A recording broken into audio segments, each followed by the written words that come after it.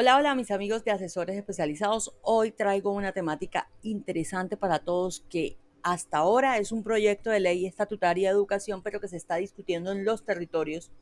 Y por supuesto, el llamado del Ministerio de Educación Nacional a través de la ministra, la doctora Aurora Vergara Figueroa, es conocer qué es lo que se viene en cuanto a la reforma de la Ley 30 y cuáles son sus particularidades.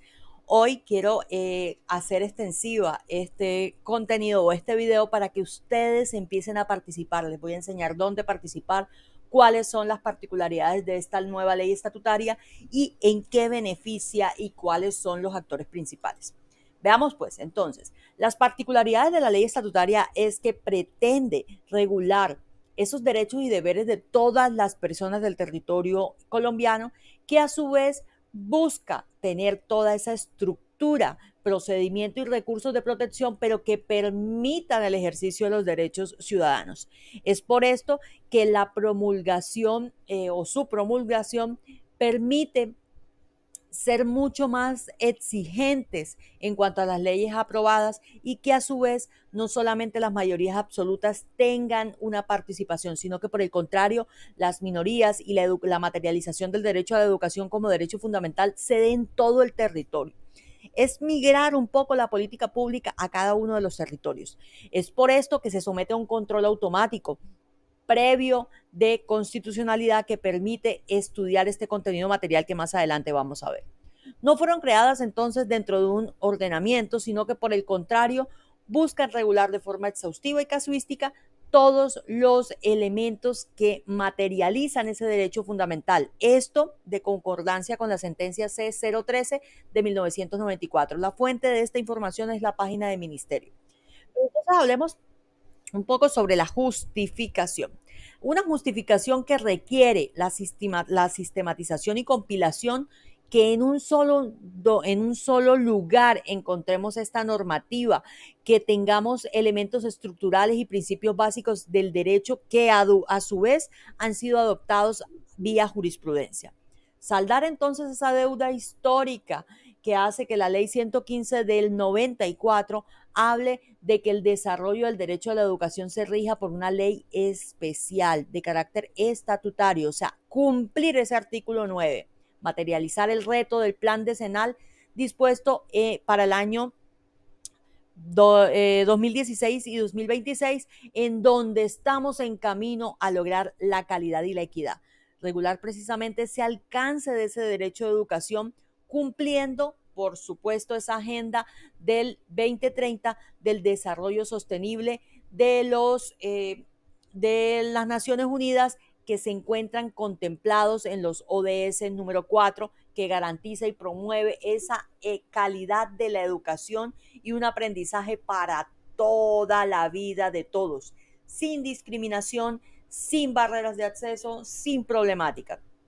Ahora bien, hablemos un poco de cómo se hace ese llamado a las autoridades judiciales a que a través de una sentencia constitucional, que es la T068 del 2012, se busca que todos gocen de ese beneficio o ese deber del Estado de garantía, ese deber garante de que puedan tener una educación con acceso inmediato, sin barreras, sin problemas, sin dificultades, sin discriminación, sin listas de espera, sino que por el contrario se logre cumplir lo que la Corte Constitucional dispuso, que es su goce efectivo a cargo del Estado, lo que significa que no tiene una obligación directa de procurar el acceso inmediato de todas las personas a la educación superior, sino que por el contrario es una responsabilidad de un acceso progresivo al sistema educativo. Educarnos más es la manera de transformar la Colombia que tanto amamos. Es por esto entonces que en este proceso de construcción del proyecto empieza con el Plan Nacional de Desarrollo Colombia Potencia Mundial de Vida. El Ministerio de Educación Nacional entonces se compromete a incentivar y garantizar el ejercicio y la participación vinculante de toda la comunidad educativa en las decisiones para poder llevar al lugar en el que queremos esa educación como política pública a través de una planeación, a través de una intervención de todos los sectores. Es por eso que desde agosto de este año 2023 empiezan a desarrollarse 18 sesiones con más de 4.500 actores del sector que en primera medida se socializa el primer borrador de ley estatutaria de la educación y se empiezan a recibir aportes. ¿Quiénes fueron estos actores? Organizaciones civiles, líderes de educación, consejos gremiales nacionales, bancada de educación, asociaciones gremiales del sector educativo, la Comisión Cuarta del Senado, empresarios para la educación, secretarios de educación, organizaciones sindicales del sector, actores diversos del gobierno intersectorial, académicos líderes en educación y funcionarios del Ministerio de Educación Nacional. Pero entonces, ¿qué novedades trae esto? O sea, digamos, ¿qué de diferente hay en todo este proceso? Entonces encontramos que se busca la universalización progresiva de una educación que permita el acceso desde la infancia, que desde la primera infancia hasta la educación superior, o sea, desde los 0 años, empiecen ellos a tener una participación en ese derecho fundamental o una materialización de ese derecho fundamental. Ampliando entonces así el ciclo de preescolar en educación inicial de un grado a 3. Por lo tanto, antes era a partir la transición de los 5 años, ahora a partir de los 3 años podrá entrar en prejardín, jardín y transición. Maravilloso me parece esta gran apuesta por la educación inicial. Los alcances del derecho entonces busca que en todos los niveles, extraedad, adultos mayores, personas con condición de desplazamiento, etnias, afros, rom, LGTBI, todos tengan una participación sin discriminación y por supuesto en prevalencia de sus derechos humanos y obviamente del desarrollo para poder alcanzar el derecho de la materialización del derecho a la educación. Una obligatoriedad que busca que a través de la educación media empiece algo que me apasiona y muchos de los que me conocen saben, que es ese tránsito en la articulación de la media hasta lograr técnico, tecnólogo y profesional y por supuesto llegar a la empleabilidad. Pero todo esto con unos estudios muy centrados en lo que el Estado, el mercado requiere, el mercado laboral, la transformación digital requiere y por eso esta obligatoriedad de la educación media es vital. Dentro de esto también encontramos entonces que habrá un ciclo complementario que es el ciclo 12 y 13 que algunos han dicho que se va a extender.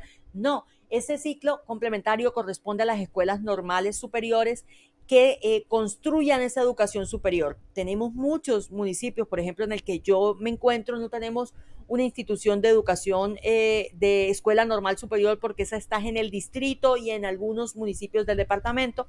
Por lo tanto, este ciclo complementario me parece muy acertado en los ciclos 12 y 13, grados 12 y 13, que serán ciclos complementarios, aclaramos.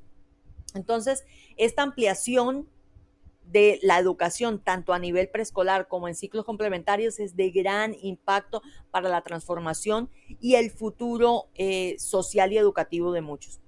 Entonces se reconoce, dentro de los reconocimientos, que la educación propia y los saberes de los pueblos étnicos es importante y vital. Sabemos que muy pocos acceden a la educación superior, sabemos que muy pocos, a pesar de que tienen territorios ancestrales, con jurisdicción propia, no tienen unos enfoques de educación propia.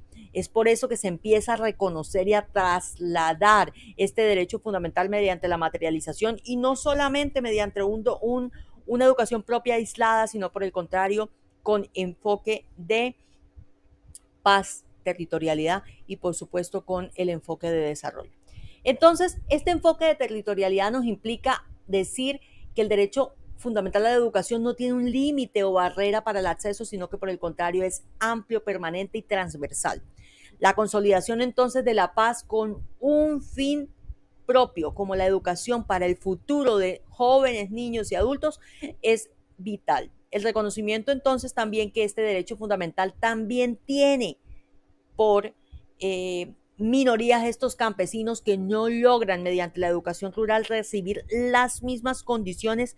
Por ejemplo, en la educación de articulación media, algunos no tienen el mismo acceso.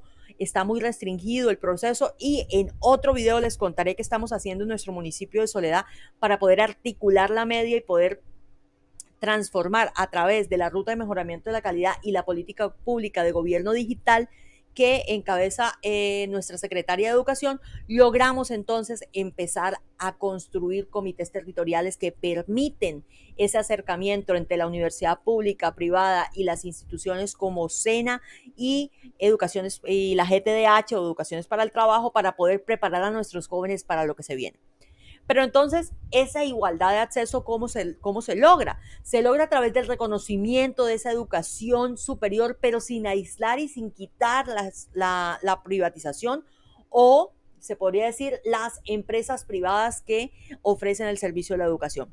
Pero entonces también dentro de esas minorías encontramos que se requiere evaluar la manera en que se resocializa al preso y la pena termina siendo una sentencia que sepulta todas las ideas y prospectos de vida para estas personas privadas de la libertad. Entonces aquí viene otra maravillosa noticia, esa condición de víctimas de grupos étnicos, de personas privadas de la libertad, de personas con discapacidad que puedan acceder tanto a la educación como al empleo como mecanismo de transformación y de materialización del derecho fundamental a la educación. Pero entonces esa formación integral integra de manera transversal muchas aristas, por eso muchos ministerios están trabajando en sincronía, en unísono, están en forma de desarrollar políticas públicas que integren las artes, la cultura, el deporte, la ciencia, la tecnología, la innovación y por supuesto la formación ciudadana y socioemocional. Sabemos que la educación tiene una integralidad de tal manera que requiere hasta educación financiera. Sabemos que la educación también requiere un acceso sin barreras de ese ciudadano digital. Por eso nuestro canal apuesta a esa línea de desarrollo formativo en cada uno de los videos que desarrollamos. Pero vámonos más allá. Los mitos. Eliminar excepcionalmente la protección constitucional del derecho a la educación superior no implica desconocer esa autonomía universitaria. Para nada, no rompe ese artículo 69 de la Constitución Política, sino que por el contrario amplía esas opciones y visiones curriculares que pueden transformar ese derecho a la educación a llevarlo más a la escuela, a llevarlo más a las comunidades, a llevarlo más al territorio. Es por esto que la educación inicial tampoco se ve aligerada, porque es una prioridad en donde la primera infancia logra articular las políticas vigentes, por ejemplo, de manera aislada, no, sino que por el contrario, de manera sincrónica con la Ley 1804 del 2016. ¿Desaparece la oferta privada? Ya lo manifesté. No, por el contrario, se reconoce que esta oferta educativa debe tener inclusión de toda la clase de educación superior o en instituciones educativas oficiales y no oficiales, con actores privados, públicos y mixtos. Se reconoce también el proceso mixto e híbrido en donde la virtualidad, la presencialidad, donde los sistemas híbridos pueden constituir una transformación educativa de los currículos. Sabemos que con todo este proceso de transformación digital requerimos tener un poco más de sensibilidad en el trasfondo de la necesidad de educarnos tecnológicamente. Entonces también hablamos de que la ley reduce las limitaciones presupuestales, para nada. Por lo tanto, busca que a través de los principios de progresividad se empiecen a gestar plazos razonables que permitan materializar este derecho. Entonces, la ley estatutaria de educación, ya viene lo que más nos interesa, conocerla y saber de qué se trata. Veamos pues entonces cómo esta ley, vámonos acá, vamos a lograr conocer este articulado. Veamos pues la parte 2 de este video, Ley Estatutaria de Educación.